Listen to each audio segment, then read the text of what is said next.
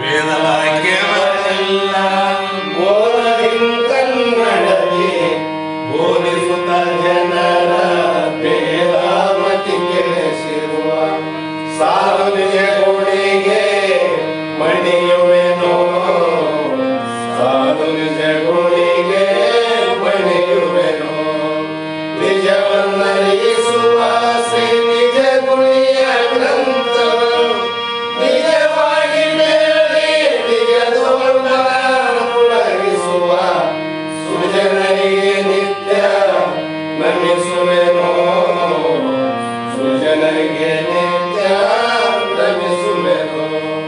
ಬದ್ಧ ಜೀವರಿಗೆಲ್ಲ ಅದ್ವೈತ ಬೋಧಾದಿ ಸುಂದರನಾಗಿ ಕೈದಾಸಿ ಜಡಿಸಿದ್ದ ಸಿದ್ಧರೂಢರಿಗೆ ನತನಪ್ಪೆ, ಸಿದ್ಧರೂಢರಿಗೆ ನತನಪ್ಪೆ. ಬಾಳ ಬಲ ವೇದಾಂತಕ್ಕೆ ಸರಿ ಬಾಳ ಗರ್ಜನೆಗೆ ಬಂಧನಕ ಬಾಳ ಮೂಗುತ್ತಲೆಪ್ಪವೇ ಶಾಸ್ತ್ರವೆಂಬುವನರಿಗಳು. ಬಾಳ ಶಕ್ತಿಯ ಸಿಂಹಗರ್ಜನೆ ಬಾಳ ಕೇಳಿದ ಬಳಿಕ ಕೂಗವು ಬಾಳ ಕೇಳಲು ಬೇಕು ವೇದ ಎಂಬ ಶಾಸ್ತ್ರವನ್ನು.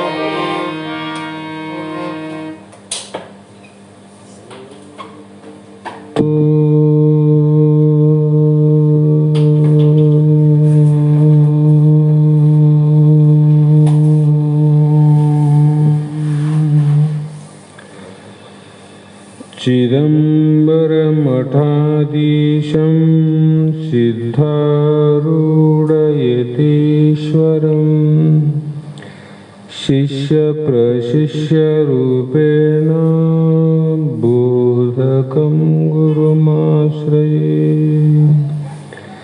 यदङ्घ्रिकमलद्वन्द्वं तापत्रयनिवारणं शान्तैक्यपदं देवं वन्दे सिद्धारूढमहं भजे, वन्दे सिद्धारूढमहं भजे. जगदादि जगद्गुरु ಸಿದ್ಧಾರೂಢ ಮಹಾಸ್ವಾಮಿಗಳ ಶ್ರೀಪಾದಪದ್ಮಗಳಿಗೂ ಆರೂಢ ಜ್ಯೋತಿ ಶಿವಪುತ್ರ ಮಹಾಸ್ವಾಮಿಗಳ ಶ್ರೀಪಾದಗಳಿಗೂ ಶ್ರೋತ್ರಿಯ ಬ್ರಹ್ಮನಿಷ್ಠ ಬ್ರಹ್ಮಲೀನ ನೇರ ನಿಷ್ಠುರವಾದಿಗಳಾದ ಸದ್ಗುರು ಬಸವಾನಂದರ ಚರಣ ಕಮಲಗಳಿಗೂ ಅನಂತ ದೀರ್ಘ ದಂಡ ಪ್ರಣಾಮಗಳನ್ನು ಸಮರ್ಪಿಸುತ್ತ ಸದ್ಗುರು ಸಿದ್ಧಲಿಂಗಪ್ಪ ತಾತ ಕಪಗಲ್ ಇವರನ್ನು ಮನದೂಳು ಧ್ಯಾನಿಸುತ್ತ ತಮ್ಮೆಲ್ಲರಿಗೂ ವಂದಿಸುತ್ತ ಈ ದಿನ ಶ್ರೀಮನ್ ನಿಜಗುಣ ಯೋಗಿಗಳು ರಚಿಸಿದಂಥ ಪರಮಾನುಭವ ಬೋಧೆ ಎನ್ನುವ ಗ್ರಂಥದ 6ನೇ ಸಂಧಿ 15ನೇ ಸೂತ್ರ 2ನೆಯ ನುಡಿ ಇಂದಿನ ಆಧಾರದ ವಿಷಯವಾಗಿದ್ದು, ಈ ಒಂದು ಸೂತ್ರದಲ್ಲಿ ಜ್ಞಾನಿಗೆ ಏನಾದರೂ ಒಂದು ವಿಧಿಗಳನ್ನು ಒಂದು ನಿಯಮವನ್ನು ಹೇಳಬಹುದಲ್ಲ. ಎಲ್ಲವೂ ಹೇಳಲಿಕ್ಕೆ ಆಗದಿದ್ದರೂ ಕೂಡ ಯಾವುದೂ ಒಂದಾದರೂ ಒಂದು ಕ್ರಮ, ಒಂದು ವಿಧಿ ಹೀಗೆಯೇ ಇರಬೇಕು ಅನ್ನುವಂಥದ್ದು, ಅಥವಾ ಹೀಗೆಯೇ ದೇಹವನ್ನು ತ್ಯಾಗ ಮಾಡಬೇಕು ಅನ್ನುವ ಬಗೆಯಾದರೂ ಭಾವನೆಯಾದರೂ ಇರಬೇಕಲ್ಲ ಅಂತ ಪ್ರಶ್ನೆ ಮಾಡಿದರೆ ಅದಕ್ಕೆ ಹೇಳಿದವರು, ಅದು ಮುಮುಕ್ಷಿ ಅಭ್ಯಾಸಿ ಅನುಭಾವಿಗಳಿಗೆ ವಿಧಿಗಳೇ ಹೇಳಬಹುದು, ಆದರೆ ಆ ಜ್ಞಾನಿಗೆ ಹೇಳಕ್ಕೆ ಬರೋದಿಲ್ಲ. ಕಾರಣ ಅವರು ಶರೀರವನ್ನು ತಮ್ಮ ಸ್ವರೂಪ ಸಾಕ್ಷಾತ್ಕಾರ ಆತ್ಮನೇ ನಾನೊಂದಾಗ ಅನಾತ್ಮ ವರ್ಗದ ಜಡದೇಹ ಅವತ್ತೇ ನಾಶ ಆಗಿ ಹೋಗಿದಂದಮೇಲೆ ಮತ್ತೆ ಸುಟ್ಟ ಬಟ್ಟೆಯನ್ನು ಮತ್ತೊಮ್ಮೆ ಸುಡಕ್ಕೆ ಬರ್ತದೇನು? ಒಂದ್ಸಲ ಬಟ್ಟೆ ಸುಟ್ಟ ಮೇಲೆ ಮುಗಿದೋಯ್ತು, ಮತ್ತೊಂದ್ಸಲ ಸುಡ್ಲಿಕ್ಕೆ ಬರೋಂಗಿಲ್ಲ. ಹೊಸ ಬಟ್ಟೆ ಮತ್ತೊಮ್ಮೆ ಸುಡಬಹುದು. ಅದರಂತೆ ಜ್ಞಾನಿಗೆ ಕೊನೆ ಚರ್ಮ ಅಂದ್ರೆ ಯಾಕೆ ಹೇಳ್ತಾರಂದ್ರೆ ಸುಟ್ಟ ಬಟ್ಟೆಯಂತೆ. ಹಾಗಾಗಿ ಮುಂದೆ ನಾ ಹೇಳ್ತೀನಿ ವಿಧಿಗಳಂತ ಹೇಳಿದರು. ತನು ವಿಯೋಗದೊಳು ಆವುದನು ನೆನೆವನು ಅದನಾಗಿ ಜನಿಸುವನು, ಅದರಿಂದ ವರಯೋಗಿ ಇನಿತು ಅನ್ಯ ಭಾವನೆಯನ್ನು ಬಿಟ್ಟು ನಿಜ ತತ್ವವನ್ನೇ ಸೋಹಂ ಎಂದು ಜಾನಿಪುದು ಅಂತ ಅಪ್ಪಣೆ ಮಾಡ್ತಾರೆ. ಅರ್ಥಾತ್ ಏನು ಧ್ಯಾನ ಮಾಡಬೇಕು ಅಂದರೆ ನಿನ್ನ ನಿಜವಾದ ಸ್ವರೂಪದ ಧ್ಯಾನವನ್ನೇ ನೀವು ಮಾಡಬೇಕು. ಆ ಧ್ಯಾನದಲ್ಲಿ ದೇಹ ವಿನಿಯೋಗ ಆಗಬೇಕು. ಯಾವಾಗ ಶರೀರವನ್ನು ಬಿಡುವ ಕಾಲಕ್ಕೆ ನಿನ್ನೆನೇ ವಿಚಾರ ಮಾಡಿವಲ್ಲ, ಹಾಗಾಗಿ ಏನನ್ನ ನಾವು ಸ್ಮರಿಸ್ತೀವಿ ಅದೇ ರೀತಿಯಾಗಿ ಹುಟ್ಟಬೇಕಾಗ್ಯದ. ಅದೇ ಸಂಸ್ಕಾರ, ಅದೇ ಭೋಗ ಆಗಲಿ. ಭೋಗದ ಅಪೇಕ್ಷಿದ್ರೆ ಭೋಗದಲ್ಲೇ ಹುಟ್ಟುತ್ತಿದ್ದಿ, ತ್ಯಾಗದ ಅಪೇಕ್ಷಿದ್ರೆ ತ್ಯಾಗಿಯಾಗಿ ನೀನು ಹುಟ್ಟುತ್ತಿದ್ದಿ, ಜ್ಞಾನದ ಅಪೇಕ್ಷಿದ್ರೆ ಆ ಜ್ಞಾನದ ಮುಮುಕ್ಷತ್ವದಿಂದನೇ ಮುಂದಿನ ಜನ್ಮದಲ್ಲಿ ನೀನು ತಯಾರಾಗ್ತೈತಿ. ಹಾಗಾಗಿ ನೀನು ಶ್ರೇಷ್ಠವಾದಂಥ ವರಯೋಗಿಯಾಗಿದ್ದು, ಕನಿಷ್ಠ ಯೋಗಿ ಬೇರೆ, ಶ್ರೇಷ್ಠ ಯೋಗಿ ಬೇರೆ. ಆ ಶ್ರೇಷ್ಠ ಯೋಗಿಯಾದವನು ಏನು ತಿಳಿದನ, ತನಗಿಂತ ಭಿನ್ನವಾದ ವಸ್ತು ಮತ್ತೊಂದು ಇಲ್ಲವೇ ಇಲ್ಲ ಈ ತ್ರೈ ಜಗದೊಳು. ಮೂರು ಲೋಕದಲ್ಲಿ ತನ್ನನ್ನು ಬಿಟ್ಟು ಮತ್ತೊಂದು ಯಾವುದು ಇಲ್ಲಲ್ಲ ಅಂದಾಗ ಅನ್ಯ ವಿಷಯವನ್ನು ನೆನೆಯದೆ. ಆ ಕಾರಣ ನೀನು ನೆನೆಯೋದು ಸ್ಮರಣೆ ಮಾಡೋದು ಬೇಡ ಅಂತಲ್ಲ, ನಿನ್ನೆ ಬಿಟ್ಟರೆ ಇನ್ನೊಂದು ಸ್ಮರಣೆ ಮಾಡುವ ವಸ್ತೇ ಇಲ್ಲಲ್ಲ. ಆ ಕಾರಣದಿಂದ ಆ ಕಡೆ ಲಕ್ಷ್ಯವನ್ನು ಕೊಡದೆ ನಿನ್ನ ಸಚ್ಚಿದಾನಂದ ಸ್ವರೂಪವನ್ನು ಎಡಬಿಡದೆ ಅದೇ ನಾನೆಂದು ನೀನು ಮಾಡು. ಏನು ಸುಮ್ಮನೆ ಕೂಡಕ್ಕಾಗದಲ್ರಿ, ಏನನ್ನ ಧ್ಯಾನ ಮಾಡಬೇಕಲ್ಲಂದ್ರೆ ನಿನ್ನ ಸ್ವರೂಪವನ್ನೇ ನೀ ಧ್ಯಾನ ಮಾಡು. ಅಹಂ ಬ್ರಹ್ಮಾಸ್ಮಿ ಅದನ್ನು ಮಾಡಕ್ಕೆ ಬರಂಗಿಲ್ಲ. ಸುಮ್ಮನೆ ಕೂಡಕ್ಕಾಗಲ್ಲ ಅಂದ್ರೆ ಇದನ್ನು ಮಾಡು ಅಂತಾರೆ ಅವರು. ನೆನಿ ಹಾಗೆ ತನುವನಿರಸಿ ಸುಖಾಸನದವಳು ಪ್ರಾಣ ಅನಿಲನನ್ನು ಕೂಡಿ ತನ್ನ ಮಾನಸವನ್ನು ತನಗೆ ತೋರದ ತೆರನನಿಸಿ ಭ್ರೂ ಮಧ್ಯದೋಳು ಅನುನಯದಿಂದೇ ಬಂಧಿಸಿ ಮೇಲೆ ಆಮೇಲೆ ಏನು ಮಾಡು, ಅರಿವನು ತನ್ನ ಅರಿವಿನೊಳು ಅಡಗಿಸಿ ತನಗೆ ಅರಿಕೆ ದೂರದೆ ಚಿದ್ ಅದ್ವಯದೊಳು ಕರೆಗೊಂಡು ಪರಮ ಸುಖದೋಳು ಇರಲು ಈ ಕ್ರಮ ಅರಿಯೇ ದೇಹ ತ್ಯಾಗ ವಿಧಿಯಕ್ಕೂ. ಏನಪ್ಪ ಇಲ್ಲಂದ್ರೆ ತನವ ನಿರಿಸಿ ಸುಖ ಆಸನದೊಳು ಪ್ರಾಣ ಅನಿಲನನ್ನು ಕೂಡಿ ತನ್ನ ಮಾನಸವನು ಅಂತ ಹೇಳಿದರು. ತನಗೆ ಇಷ್ಟವಾಗಿರುವಂಥ ಯಾವುದೇ ಸುಖದ ಆಸನವನ್ನು ಆ ಆಸನದಲ್ಲಿ ಶರೀರವನ್ನು ನೀಟಾಗಿ ಕೂರಿಸಿ ಪ್ರಾಣಾಯಾಮ ದ್ವಾರವನ್ನು ನಿರೋಧನ ಮಾಡುತ್ತಾ ಅದರೊಡನೆ ಮನಸ್ಸನ್ನು, ಆ ಮನಸ್ಸನ್ನು ಎರಡು ಹುಬ್ಬುಗಳ ಮಧ್ಯದ ಭ್ರೂಮಧ್ಯದಳು ಇರಿಸಿ ಆಮೇಲೆ ಏನು ಮಾಡು ಅಂದರೆ ನಾನು ಅಸಂಗ ಅದ್ವಯ ಸತ್ತು ಚಿತ್ತು ನಿತ್ಯ ಆನಂದ ಪರಿಪೂರ್ಣ ಸ್ವರೂಪದಿಂದ ಇದ್ದು ಅಷ್ಟು ಇರಬೇಕಾದ್ರೆ ಏನಾಗ್ತದಲ್ಲ ಅಂದರೆ ಪರಮ ದುಃಖ ನಿವೃತ್ತಿ ಆಗ್ತದೆ, ಪರಮ ಆನಂದ ಪ್ರಾಪ್ತಿ ಆಗ್ತದೆ. ಎರಡೂ ಪರಮೆ, ಅದು ಪರಮ ಇದು ಪರಮ. ಅದಕ್ಕೆ ಅತ್ಯಂತ ಅಂದರು ದೊಡ್ಡದಂತ. ಹಾಗಾಗಿ ಇದು ಯಾಕೆ ಹೇಳಕತ್ತರಿ ಅಂದರೆ ಇದು ಈ ಶಾಸ್ತ್ರಗಳಲ್ಲಿ ಯಾವಾಗಲೂ ಒಂದು ಕ್ರಮ ಉಂಟು. ಏನು ಕ್ರಮ ಅಂದರೆ ಇಲ್ಲಿ ದುರ್ಬಲ ವಾಕ್ಯಗಳು ಉಂಟು, ಪ್ರಬಲ ವಾಕ್ಯಗಳು ಉಂಟು. ದುರ್ಬಲ ವಾಕ್ಯಗಳನ್ನು ಯಾರಿಗೆ ಹೇಳಬೇಕಾಗ್ಯದ ಅಂದರೆ ದುರ್ಬಲರಿಗೆ ದುರ್ಬಲ ವಾಕ್ಯಗಳನ್ನು ಹೇಳಬೇಕಾಗ್ಯದ. ಪ್ರಬಲವಾದ ವ್ಯಕ್ತಿಗಳಿಗೆ ಪ್ರಬಲವಾದ ಮಾತುಗಳನ್ನು ಯುಕ್ತಿಗಳನ್ನು ಹೇಳಬೇಕಾಗ್ಯದ.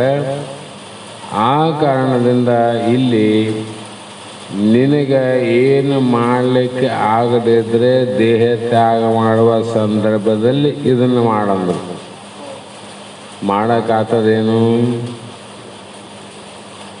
ಯಾಕೆ ಹೇಳ್ಬೇಕಾದ್ರೆ ದುರ್ಬಲ ಶ್ರುತಿ ವಾಕ್ಯ ಪ್ರಬಲ ವಾಕ್ಯ ಅಂತ ಮೊದಲೇ ಮಾಡ್ಯಾರ. ಅಲ್ಲಿ ಆಗಲಿಲ್ಲ ಅಂದರೆ ದೃಢ ಅಪರೋಕ್ಷ ಆಗಿಲ್ಲ ಅಂದರೆ ಅಲಗಾಡ್ತದ. ದೀಪ ಹಚ್ಚಿವಿ, ಗಾಳಿ ಬಿಟ್ಟದ, ಅಲಗಾಡ್ತದ, ಆಡ್ತದಂತ ಗೊತ್ತಾದಾಗ ಆ ಗಾಳಿ ಆ ದೀಪಕ್ಕೆ ತಾಗದ ಹಾಗೆ ವ್ಯವಸ್ಥೆ ಮಾಡಬೇಕು. ಒಂದು ಬಟ್ಟೆಯನ್ನು ಕಟ್ತೀವಿ ಅಥವಾ ಇನ್ನೊಂದು ಏನಾದ್ರು ಶೈಲಿಯನ್ನು ಅಡ್ಡಾಡ್ತೀವಿ. ಯಾಕೆ ದೀಪ ಆರಬಾರ್ದಂತ. ವರಚಿತ್ರ ದೀಪದಂತೆ ಅದು ಅಲುಗಾಡಲಾರ್ದಂಗೆ ತನ್ನಷ್ಟ ತಾನೇ ನೀಟಾಗಿ ಉರಿತದ ಜ್ಯೋತಿ. ಅಂದರೆ ಅದಕ್ಕೆ ಏನನ್ನ ಮಾಡಕೋತೀರಿ ನೀವು? ಏನು ಮಾಡಂಗಿಲ್ಲ.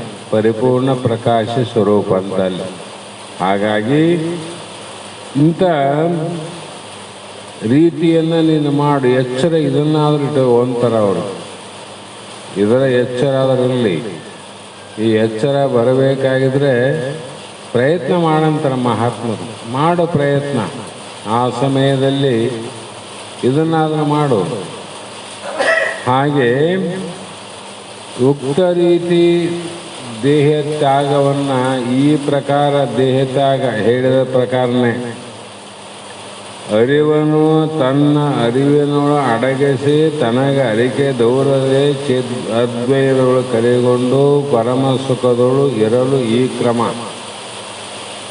ಅರಿಯೇ ದೇಹ ತ್ಯಾಗ ವಿಧಿ ಅಂದರು. ಆವಾಗ ಮತ್ತೆ ಎಲ್ಲಿ ಮಾಡಬೇಕು ದೇಹ ತ್ಯಾಗ ಅಂದರೆ ಅಲ್ಲೇ ಲೇಸು ಇಲ್ಲೇ ಲೇಸು ಎನ್ನಲಿಲ್ಲ. ಈ ಕ್ರಮದಲ್ಲಿ ದೇಹ ತ್ಯಾಗ ಮಾಡಲು ಎಲ್ಲಿಯಾದರೂ ಏನು ಪರಮಯೋಗಿಗೆ ಮುಕ್ತಿಯಲ್ಲದೆ ಬೇರೊಂದು ಗತಿ ಉಂಟೆ.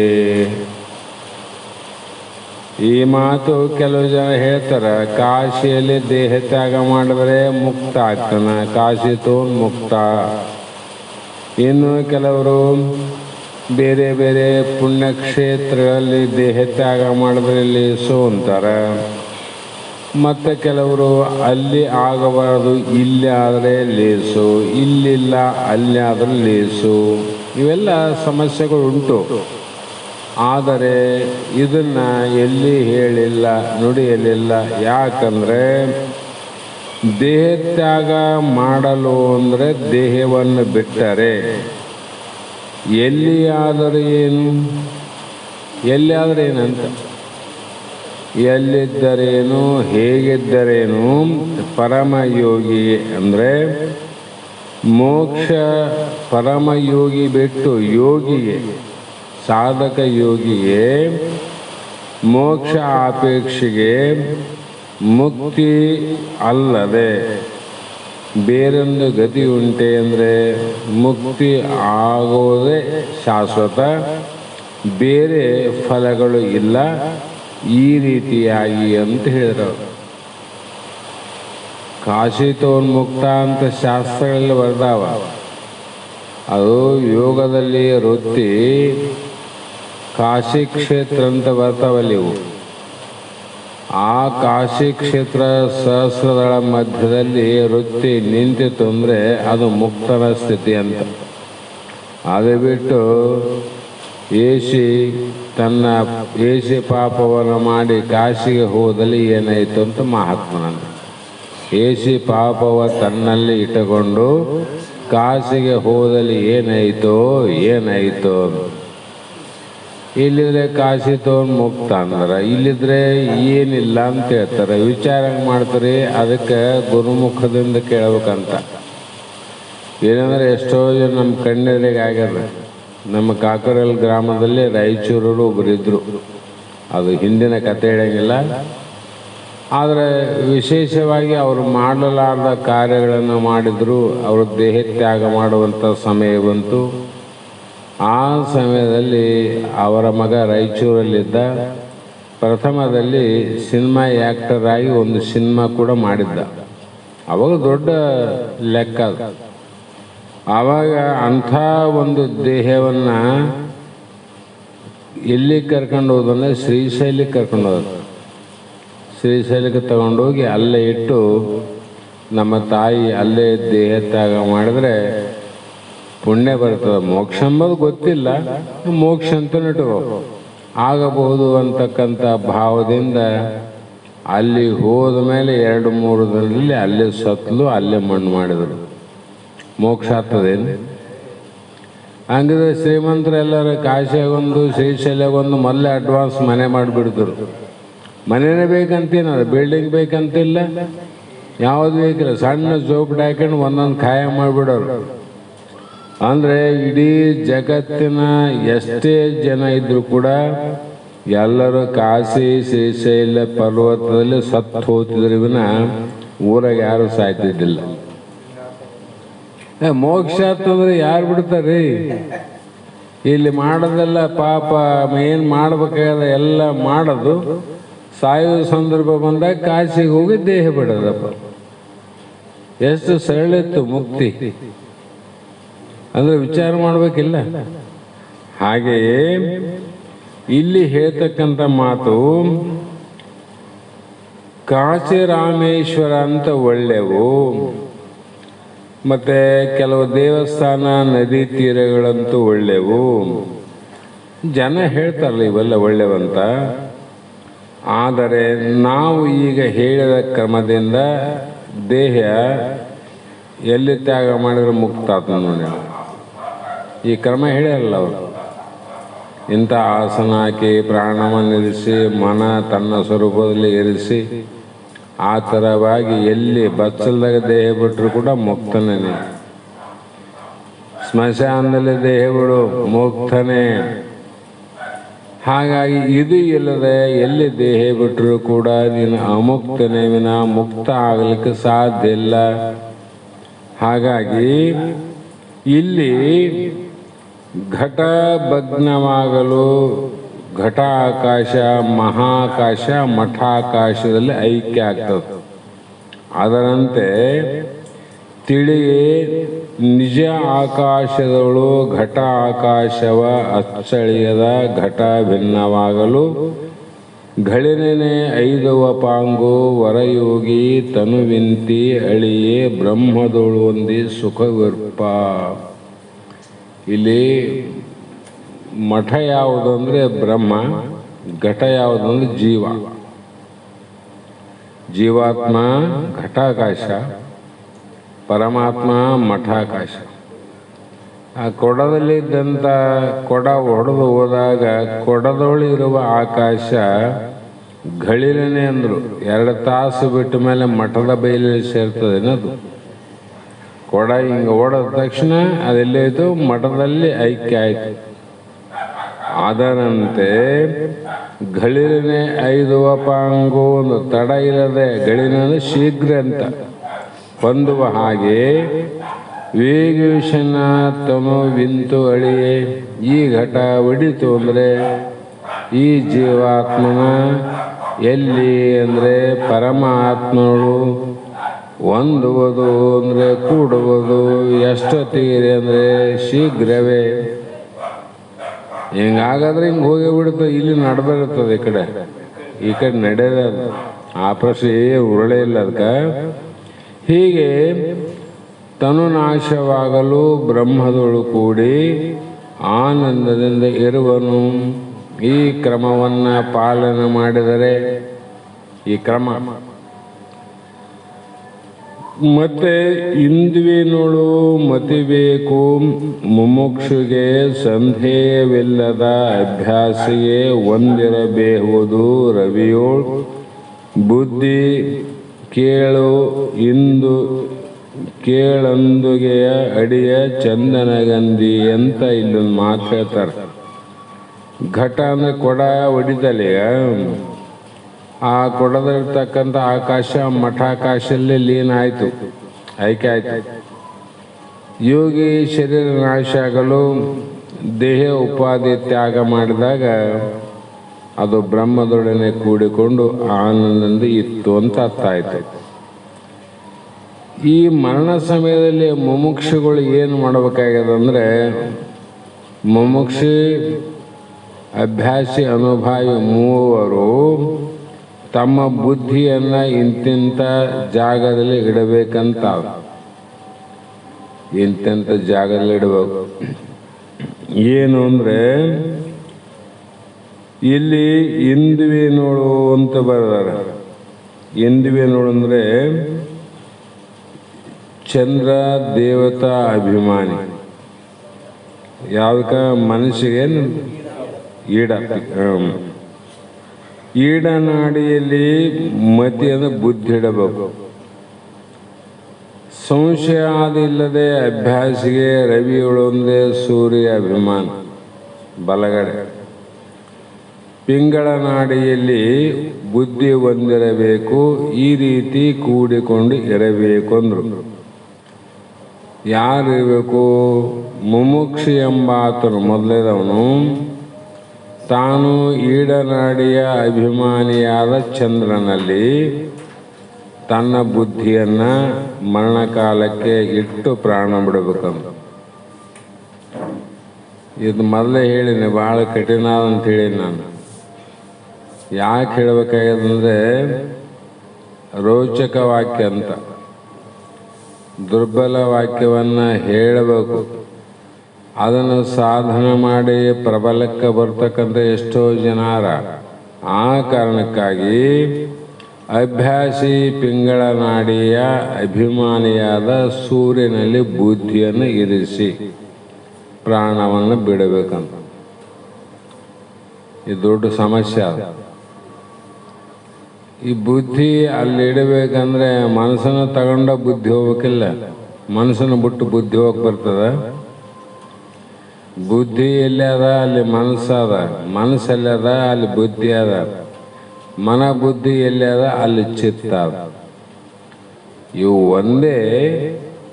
ಸಂಕಲ್ಪ ವಿಕಲ್ಪ ಮಾಡಾಗ ಮನಸ್ಸಂತ ಅದಕ್ಕೆ ಅಂದಾರ, ಚಿತ್ತ ಬೇರೆಲ್ಲ. ಅದು ಸಂಕಲ್ಪ ವಿಕಲ್ಪ ಮಾಡಾಗ ಮನಸ್ಸು ಅದನ್ನು ನೆನಪಿನಲ್ಲಿ ಇಟ್ಟುಕೊಂಡದ್ದೇ ಚಿತ್ತು. ಈ ಚಿತ್ತಲ್ಲ, ಸತ್ತು ಚಿತ್ತಲ್ಲ, ಈ ಚಿತ್ತಿದು. ನಿಶ್ಚಯ ನಿರ್ಣಯ ಮಾಡ್ತಕ್ಕಂಥ ಸಮಯ ಕಾರ್ಯ ಮಾಡಿದಾಗ ಅದಕ್ಕೆ ಏನಂದ್ರು ಬುದ್ಧಿ ಅಂದರು. ಬುದ್ಧಿ ಅಂತ ಕರೆದಲ್ಲ. ಹಾಗೆ ಇರಿಸಿ ಪ್ರಾಣವನ್ನು ಬಿಡಬೇಕಂದ್ರೆ ನೋಡ್ರಿ. ಮತ್ತೆ ಅವಯವದಳು ಪರಬ್ರಹ್ಮ ಅವಯವದಳು ಬ್ರಹ್ಮವಿರದಲ್ಲಿಯೇ ಬುದ್ಧಿ ಸವರಿಸುವ ಅನುಭವಿಗೆ ಇದು ಸಿದ್ಧ. ಯುವತಿ ಕೇಳಿಂತು ಮೂವರಿಗೆ ನಿರ್ಣಯದಳು ಅವಿಕಲ್ಪವಾದ ಸದ್ವಿಧಿಗಳು ಅಂದರು. ಅಂದರೆ ಅನುಭವಿ ಎಂಬಾತನು ಸುಸುಮ್ನ ನಾಡಿಯ ದ್ವಾರ ಅಲ್ಲಿಂದ ಎಲ್ಲಿ ಹೋಗಬೇಕು? ಬ್ರಹ್ಮರಂಧ್ರಕ್ಕೆ ಅಭಿಮಾನಿಯಾದ ಈಶ್ವರನಲ್ಲಿಯೇ ಬುದ್ಧಿ ಇಡಬೇಕಂದ್ರು. ಈಶ್ವರನಲ್ಲೇ ಬುದ್ಧಿ ಇಡಬೇಕು ಅಂದರೆ ನಾವು ಯಾರನ್ನ ಸಾಮಾನು ಮನೆಗೆ ಹಿಡಿದು ಹೋಗಿ ಇನ್ನೊಬ್ಬರ ಮನೆಗೆ ಇಡ್ತೀವಿ ಅಂದರೆ ಇನ್ನೊಬ್ಬರು ಪರಿಚಯ ಪಕ್ಕ ನಮಗಿರ್ಬೇಕು. ಹೌದಲ್ಲ? ಎಲ್ಲಿ ಬೇಕಲ್ಲಿ ಇಟ್ಟು ಬರ್ತವೆ ನಾವು. ಅದು ಸೂಕ್ಷ್ಮವಾಗಿ ನಮಗೆ ಅನುಕೂಲವಾದ ಸ್ಥಳದಲ್ಲಿ ಜಾಗದಲ್ಲಿ ಇಡ್ತೀವಿ ಅಂದ್ರೆ ಅಲ್ಲಿ ಇನ್ನೊಬ್ಬರು ಯಾರಂತ ಅರ್ಥ ಆಯ್ತಲ್ಲ, ಅವ್ರ ಪರಿಚಯ ಯಾರಂತ ಅರ್ಥ ಆಯ್ತು. ಇಲ್ಲಿ ಬ್ರಹ್ಮನೊಳು ಬುದ್ಧಿ ಇಡಂದ್ರಲ್ಲ, ಬ್ರಹ್ಮಜ್ಞಾನ ನಿನಗಾಗದಂತ ಅರ್ಥ ಆಯ್ತು. ಬ್ರಹ್ಮಜ್ಞಾನ ನಿನಗಾದ್ಮೇಲೆ ಇಡಕ್ಕೆ ಹಾಕೋತಿದ್ವಿ ಅಂದ್ರೆ ಯಾಕೆ ಹೇಳಿದ್ರೆ ಮೊದಲಿನ ದುರ್ಬಲ ವಾಕ್ಯಗಳು ಹೇಳಬೇಕಾಗ್ಯದ. ಹಾಗಾಗಿ ಈ ವಿಧವಾಗಿ ಬುದ್ಧಿಯನ್ನು ಇಟ್ಟು ಪ್ರಾಣವನ್ನು ಬಿಟ್ರು ಅಂದರು. ಬುದ್ಧಿ ಎಲ್ಲ ಎಲ್ಲ ರೆಡಿ ಮಾಡಿ ಇಟ್ಟು ನಡ್ರಪ್ಪ ನಾಳೆಗೆ ಎಲ್ಲಿ ಬೆಳಗ್ಗೆ ಮುಂಡ್ರಿಗೆ ಮೇಲೆ ಸ್ನಾನ ಮಾಡಿ ಬ್ಯಾಗ್ ತಗೊಂಡು ಒಳಗಿಂದ ಬೀಗ ಹಾಕಿ ಹೊರಗಿಂದ ಬೀಗ ಹಾಕಿ ಎಲ್ಲ ತಯಾರಾಗಿ ಹೋಗಕ್ಕೆ ನಮಗೆ ಸಮಯ ಅದ. ಪ್ರಾಣ ಬಿಡಾಗ ಇಷ್ಟೆಲ್ಲ ಮಾಡಿಬಿಡ್ತದೆ. ನೀನು ಪ್ರಾಣ ಯಾವಾಗ ಹೋಗ್ತದಂತ ಯಾರಿಗೆ ಗೊತ್ತಿಲ್ಲ ಅಂದಾಗ ಈ ತಯಾರು ಹೆಂಗೆ ಮಾಡ್ತದೆ ನೀನು? ಅದಕ್ಕೆ ಅವ್ರು ಹೇಳಿದ್ರೆ ಸತತವಾಗಿ ಹಗಲು ಇದರ ಪ್ರಯತ್ನವನ್ನು ಮಾಡಿಕೊಂಡು ಪ್ರಾಣ ಯಾವಾಗಾದರೂ ಹೋಗಲಿ, ನೀನು ಮಾತ್ರ ತಯಾರಾಗಿರೋಂಥ. ಪ್ರಾಣ ಯಾವಾಗನ ಹೋಗಲಿ, ಪ್ರಾಣ ಯಾವಾಗನೂ ಅದಕ್ಕೆ ಚಿಂತನೆ ಮಾಡಬಾರ್ದು. ನೀನು ಅದರೊಳಗೆ ನೀ ತಯಾರಾಗಿರುವಂಥ ಅರ್ಥ. ಅದು ವಿಚಾರ ಮಾಡಿದ್ರೆ ಆ ಕಡೆ ಹೋಗಿ ಬರ್ತದೆ. ಇಲ್ಲಾಂದ್ರೆ ಶಾಸ್ತ್ರ ಹಿಂಗೆ ಹೇಳರಪ್ಪ, ಪ್ರಾಣ ಹೋಗಲ್ಕ ಪ್ರಯತ್ನ ಮಾಡಿ ಮುಕ್ತಿ ಪಡೆದ್ರಾಯ್ತು, ಮತ್ತ್ಯಾಕ ಗುರು ಶಾಸ್ತ್ರ ಕೇಳಬೇಕಂತ ವಿಚಾರ ಮಾಡೋ ಮಂದಿನ ಅದು. ಹಾಗಾಗಿ ಅದೇ ಲೋಕಕ್ಕೆ ಈ ರೀತಿ ಬಿಟ್ಟರೆ ಅನುಭಾವಿ ಅದೇ ಲೋಕಕ್ಕೆ ಹೋಗುವನು. ಈ ರೀತಿ ಮೂವರಿಗೆ ಮರಣ ಕಾಲದಲ್ಲಿ ವಿಧಿಗಳು ಉಂಟು. ಅವರಿಗೆ ಮುಮುಕ್ಷಿಗೆ ವಿಧಿಯಾವ, ಅಭ್ಯಾಸಿಗೆ ವಿಧಿಗಳುಂಟು, ಅನುಭವಿಗೆ ವಿಧಿಗಳುಂಟು ಎಂದು ಶಾಸ್ತ್ರಗಳು ಹೇಳುತ್ತವೆ. ಅಂದರೆ ನಾವು ಎಷ್ಟೋ ಜನ ದೇಹ ಬಿಟ್ಟ ನೋಡ್ತೇವಲ್ಲ, ಬಿಲ್ಲಪ್ಪ ಹಿಂಗೆ ನೋಡ್ಬೇಂದ್ರೆ ಹಿಂಗೆ ದೇಹ ಬಿಟ್ಟ, ಹಿಂಗಾಯ್ತು ಹಂಗಾಯ್ತು ಅಂತ ಎಷ್ಟೋ ಲೋಕದವರು ಮಾತಾಡ್ತೀವಿ, ಇಲ್ಲಂತಲ್ಲ. ಆದರೆ ಇಲ್ಲಿ ಮುಮುಕ್ಷಿ ಅಭ್ಯಾಸಿ ಅನುಭಾವಿಗಳ ಬಗ್ಗೆನೇ ಮಹಾತ್ಮ ಹೇಳ್ತಾರಂದ್ರೆ, ಇದರ ವಾಸನೆ ಗಂಧ ಇಲ್ಲದೆ ಅವ್ರ ಮೈ ತುಂಬ ಗಂಧ ಹಚ್ಚಿಕೊಂಡು ಕೊರಡು ತುಂಬ ರುದ್ರಾಕ್ಷಿ ಹಾಕ್ಕೊಂಡು ಅಥವಾ ತಲೆ ತುಂಬ ಜಟವನ್ನು ಕಟ್ಟಿಕೊಂಡು ಪಾದಕಗಳನ್ನು ಹಾಕಿಕೊಂಡು ಕುಂತು ಸತ್ತು ಹೋದ್ರೆ ಮುಕ್ತಾತನೇನು? ಅದು ಸಾಮಾನ್ಯ ಇಲ್ಲ. ಅದು ಇಲ್ಲಿ ಶಾಸ್ತ್ರದಲ್ಲಿ ಹೇಳ್ತಿಂತ ಪ್ರಯತ್ನ ಮಾಡಿದವರಿಗೆ ವಿಧಿಗಳು ಇಷ್ಟ ಅವ. ಇನ್ನು ಪ್ರಯತ್ನ ಇಲ್ಲದೆ ಬರೇ ವೇಷಭೂಷಣದಿಂದ ಏನಾದ್ರು ಪ್ರಯತ್ನ ಮಾಡಿದ್ರೆ ಮುಕ್ತಾತಾರೇನು? ಸಾಧ್ಯನೇ ಇಲ್ಲ ಅಂತ. ಆ ಕಾರಣಕ್ಕಾಗಿ ಯೋಗೇಶ್ವರಾದಿಗಳಿಗೆ ದೇಹ ತ್ಯಾಗ ಕರ್ಮ ನಿರೂಪಣೆ. ಆದರೆ ಸೂತ್ರ 15ಕ್ಕೆ ಪದ 110ಕ್ಕೆ ಮುಂದೆ ಮುಮುಕ್ಷುಗಳಿಗೆ ಅಭ್ಯಾಸಿಗೆ ಅನುಭವಿಗೆ ವಿಧಿ ಉಂಟಂತ ಹೇಳಿದ್ರಿ. ಮತ್ತೆ ಕೊನೆ ಚರಮ ಅಂದರೆ ಪರಮ ಆರುಡಂತ ಒಬ್ಬ ಉಳ್ಕಣ್ಣಲ್ಲ, ಅವರ ಶರೀರ ಬಿಡುವ ಕಾಲದಲ್ಲಿ ಏನಾದರೂ ವಿಧಿ ಆವೋ ಅಥವಾ ಇಲ್ಲೋ ಅಂತ ಹೇಳ್ತೀರಿ ಅಂದರೆ ಮಹಾತ್ಮನ ಮುಂದೆ ಹೇಳ್ತಾರೆ, ದೇಹವ ಆನು ಅಲ್ಲ ಎನ್ನದರೆ ಎಂದೊಡೆ ಆಗಳ ದೇಹದ ತ್ಯಾಗವೆನಿತು ಅಕ್ಕೋ. ಮೊದಲೇ ಹೇಳಿದ್ನಲ್ಲ, ಈ ಶರೀರ ನಾನಲ್ಲ. ಏನಲ್ಲ? ಶರೀರ ನಾನಲ್ಲ. ಶರೀರ ನೀನು ಅಲ್ಲ ಅಂತ ಹೆಂಗೆ ನಿಶ್ಚಯ ಮಾಡ್ಕೊಂಡೆ ನೀನು? ಅನಂತ ಶಾಸ್ತ್ರಗಳ ವಿಧಿಗಳನ್ನು ಗುರುವಾಕ್ಯಗಳಿಂದ, ವೇದ ಪ್ರಮಾಣದಿಂದ, ಸ್ವಾನುಭಾವದಿಂದ ನೀ ತಿಳ್ಕೊಂಡು ದೇಹ ನಾನಲ್ಲ, ಇದು ಪಂಚಮಹಾಭೂತದ್ದು ಪಕ್ಕಾಗ. ನನ್ನದು ಅಲ್ಲೆಂದೊಡೆ. ಅಲ್ಲ ಅಂತ ಯಾವಾಗಂದು ಆ ಕ್ಷಣದಲ್ಲಿ ದೇಹ ತ್ಯಾಗ ಆಗ್ಯದ. ಅಲ್ಲಂದಾಗ ಆಗ್ಯದಲ್ಲ ದೇಹ ತ್ಯಾಗ. ಕೋರ್ಟಲ್ಲಿ ಯಾವುದೋ ವಸ್ತು ಇದು ನಂದು ಅಂದಾಗ ವ್ಯಾಜ್ಯ ನಡೆದಿರ್ತದೆ. ಇದು ನಂದು, ಇದು ನಿಂದ ಅಂತ. ಯಾವಾಗ ಮಂದಿ ವಸ್ತು ನಂದಂತ ಅನ್ಕೊಂಡಿದ್ದ ಅಲ್ಲಿವರೆಗೂ ಕಾನೂನಲ್ಲಿ ಹೋರಾಟ ಮಾಡಬೇಕಾಗಿದೆ. ತನಗೆ ಬುದ್ಧಿ ಭ್ರಮೆಯಿಂದಾಗಲಿ ಅಥವಾ ವಿಚಾರದಿಂದ ಮತ್ತೊಂದು ದಿನ ಇದು ನಂದಲ್ಲ ಅಂತ ಯಾವಾಗ ಅಂದಿಲ್ಲ ಅವೆಲ್ಲ ಮುಗಿದೋಯ್ತದ. ಮೊದಲು ನಂದಂದಿದ್ದಿ, ಈಗ ನಂದಲ್ಲ ಅಂತಿದ್ದ ಮೇಲೆ ಮುಂದೆ ಕೋರ್ಟಿಗೆ ಅಂತಾರೇನು ಅವರು.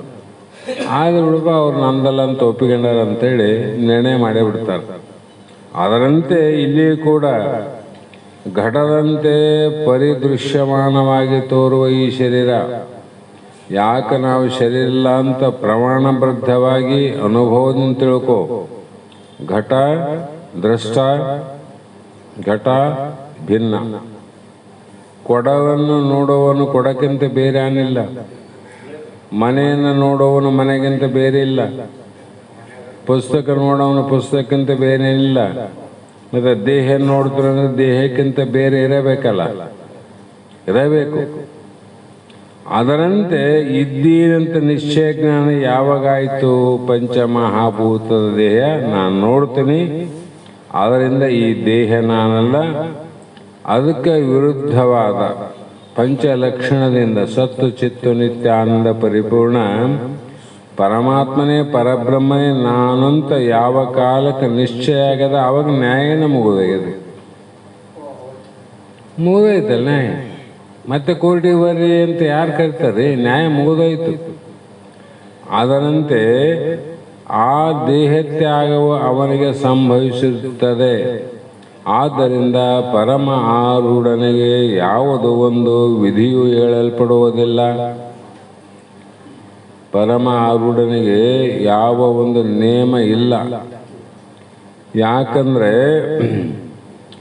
ಪರಮ ಆರೂಢನ ತನು ಮೊದಲಾದ ಎಲ್ಲವೂ ಪರಿಭವವೆಡೆದಂತ ಅವರಲ್ಲಿ ಚಲಿಸುತ್ತಿರ್ಕ ತನು ವರ ಕರ್ಮಾದಿಗಳ ಒಡೆ ಎರಸದೆ ತಾನೆಂದು ಪರಿಪೂರ್ಣ. ದೇಹ ಕೂಡಿ ವರ್ತಿಸದಂತೆ ಕಂಡರೂ ಅವನು ದೇಹದ ಧರ್ಮಗಳಿಗೆ ದೂರ ಆಗಿರ್ತಾನೆ, ಅಸಂಗ. ಹೇಗಂದ್ರೆ ಪರಮಾರೂಢ ಅಂದರೆ ಸಿದ್ಧ ಪುರುಷ, ಸಾಧಕ ಅಲ್ಲ. ಇಲ್ಲಿ ಸಾಧಕ ಅಂದ್ರೆ ಇನ್ನೂ ಸಾಧನೆ ಮಾಡೋರು, ಅನುಭವಿ ಲೆಕ್ಕಕ್ಕೆ ಬರ್ತಾರೆ, ಅವ್ರು ಮೂರರಾಗ ಬರ್ತಾರೆ.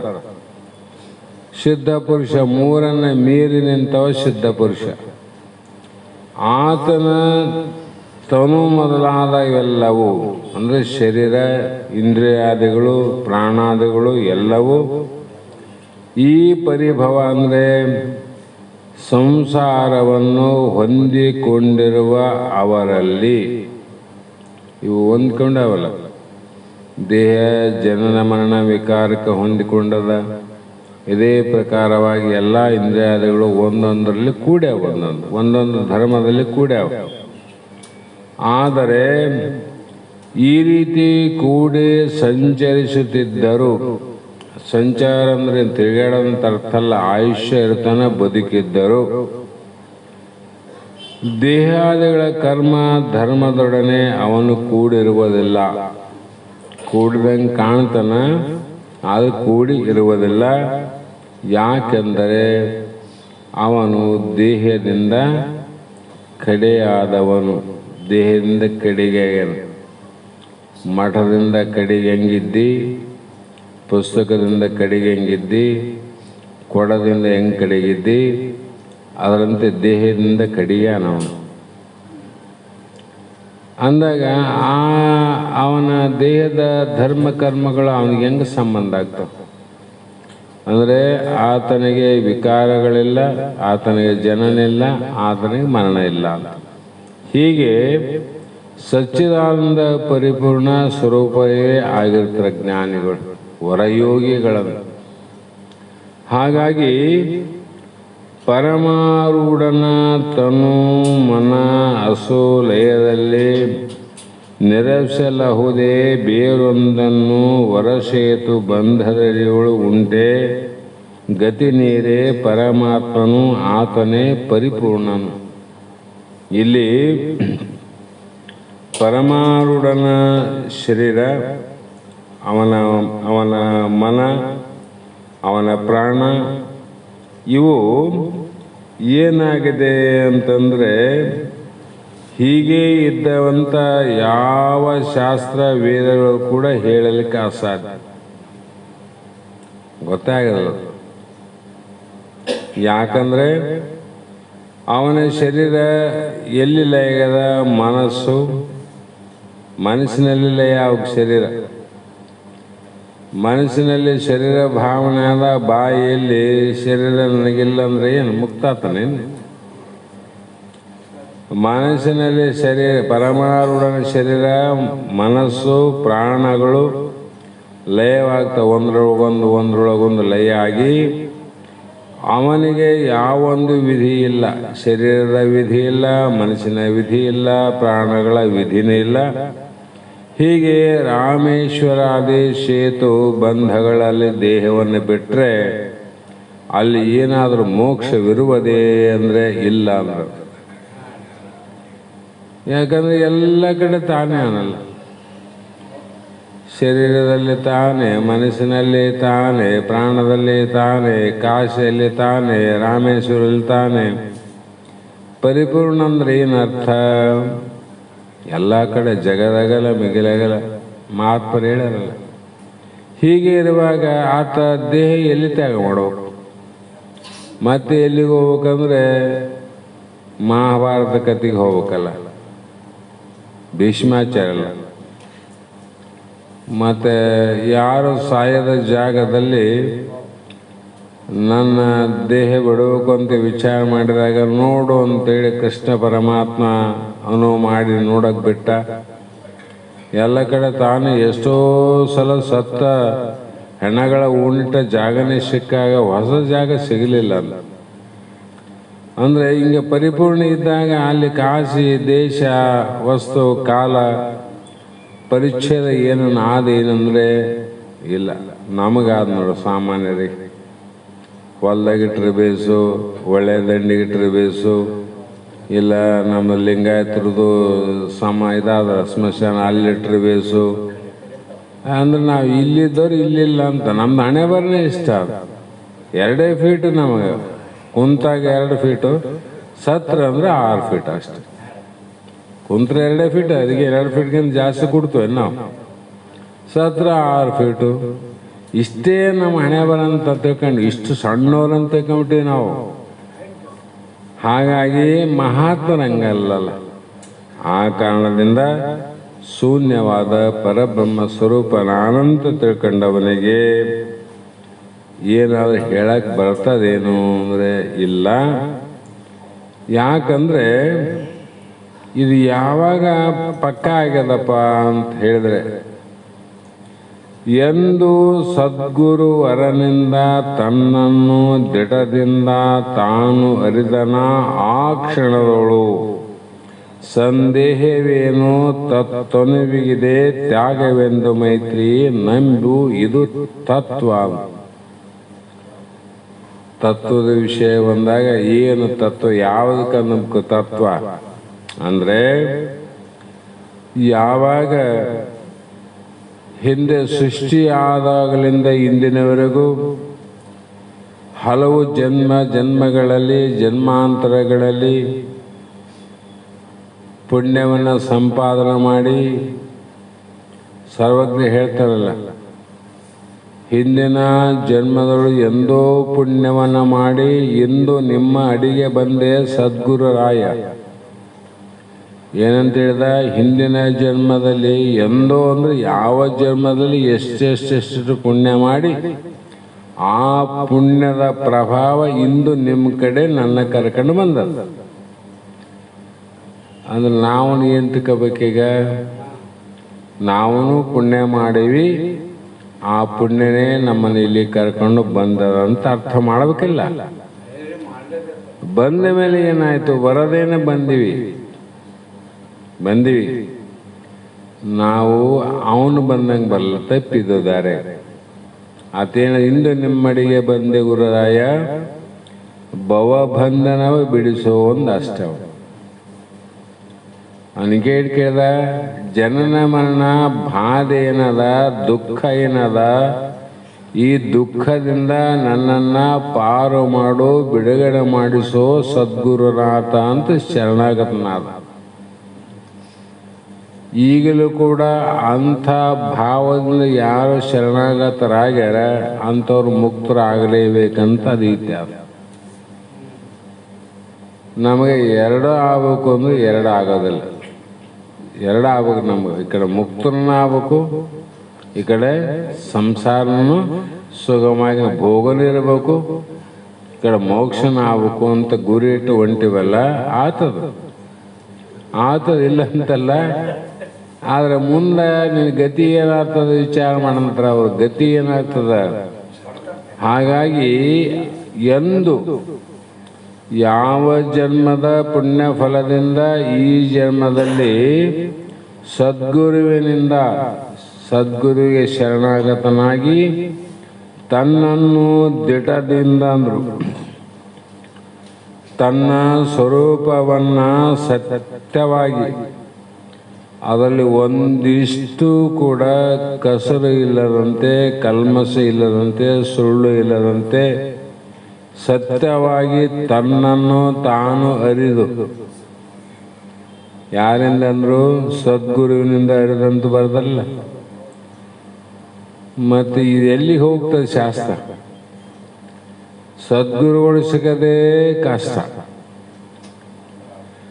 ಇದ್ರೂ ಕೂಡ ಅವರಿಗೆ ಶರಣಾಗತರಾಗೋದೂ ಕಷ್ಟ. ದುರ್ಲಭೋ ತ್ರಯ ಅಂದ್ರಲ್ಲ, ಮೂರು ಸಿಗೋದು ಬಹಳ ಕಷ್ಟ ಅಂತ ಬರ್ದಾರೆ. ಮನುಜತ್ವ, ಮುಮುಕ್ಷತ್ವ, ಮಹಾಜನ ಆಶ್ರಯತ್ರಯ ಬಹು ದುರ್ಲಭ. ಬಹಳ ಕಷ್ಟ.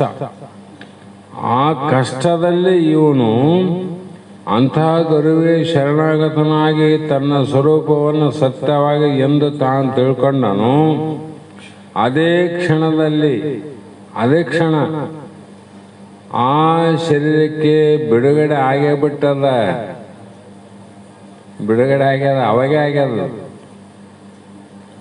ಅಂದಾಗ ಮತ್ತೊಮ್ಮೆ ಬಿಡುಗಡೆ ಆಗ್ತದೇನು? ತಕ್ಷಣ ಆಗ್ತದಂದ್ರೆ ಅವರು. ಯಾಕಂದ್ರೆ ಇದು ಸಮತ್ವ ಕಾಲ. ಸೂರ್ಯ ಉದಯ ಕಾಲದಲ್ಲಿ ಕತ್ತಲು ಹೆಂಗ ತಕ್ಷಣ ಹೋಗ್ತಾ ಇಲ್ಲ. ಸೂರ್ಯ 6 ಗಂಟೆಗೆ ಉದಯ ಆದರೆ 8 ಗಂಟೆಗೆ ಕತ್ತಲು ಹೋಗ್ತದೆ.